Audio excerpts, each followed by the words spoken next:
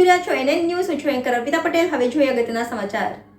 ગતરોજ મૂળી તાલુકાના રાયસંગપર ગામે ઘણા દિવસોથી રખડતા નંદી મહારાજને ડોકે રાઢું બેસી ગયું હોવાથી જીવાત પડી ગઈ હતી, જેની જાણ ગૌસેવા ગ્રુપ મૂળીના કાર્યકર્તાઓને થતા રમેશભાઈ ઝાલા, દેવાભાઈ ભરવાડ, દીપકસિંહ ઝાલા સ્થળ પર દોડી ગયા હતા અને તાત્કાલિક સારવાર કરવામાં આવી હતી.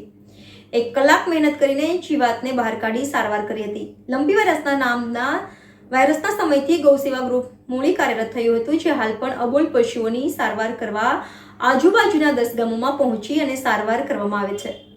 Bureau chief Solanki Rajubhai, NN news Muli.